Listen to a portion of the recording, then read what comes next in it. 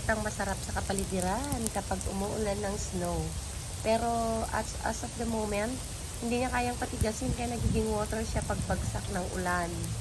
Pagbagsak sa ground, nagiging tubig siya kasi hindi pa sapat yung lamig niya. Bumabagsak siya ng snowflakes pero pagdating sa baba ay namimelt din siya.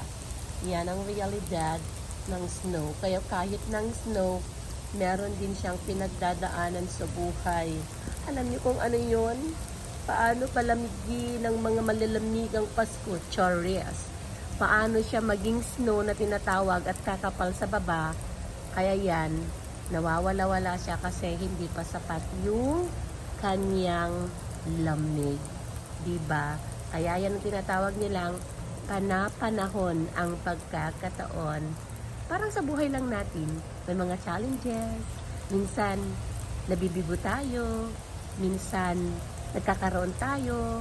Pero sinusubukan pa rin nating bumangon at hindi nawawala ang pag-asang malay mo ngayon ang tamang oras para sa akin. Cherry!